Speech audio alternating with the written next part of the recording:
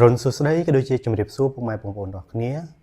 ថ្ងៃនេះដែរខ្ញុំមកធ្វើវីដេអូដើម្បីធ្វើការអាប់ដេតនៅតម្លៃមាសក៏ដូចជាតម្លៃប្រាក់នៅព្រឹកថ្ងៃទី24ខែមករាឆ្នាំ2026បាទអញ្ចឹងទេបើសិនជាបងប្អូនចូលចិត្តវីដេអូបែបនេះក៏ដូចជាចង់តាមដាននៅតម្លៃមាសក៏ដូចជាតម្លៃប្រាក់ជារៀងរាល់ថ្ងៃបងប្អូនអាចធ្វើការ Subscribe YouTube Channel របស់ខ្ញុំ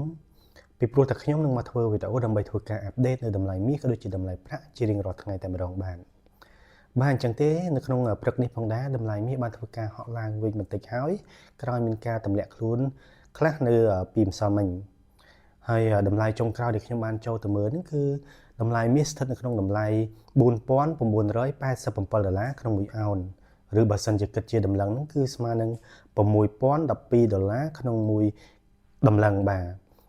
ទឬស្មើនឹង$601ក្នុង1 G បាទចំណែកឯតម្លៃប្រាក់វិញ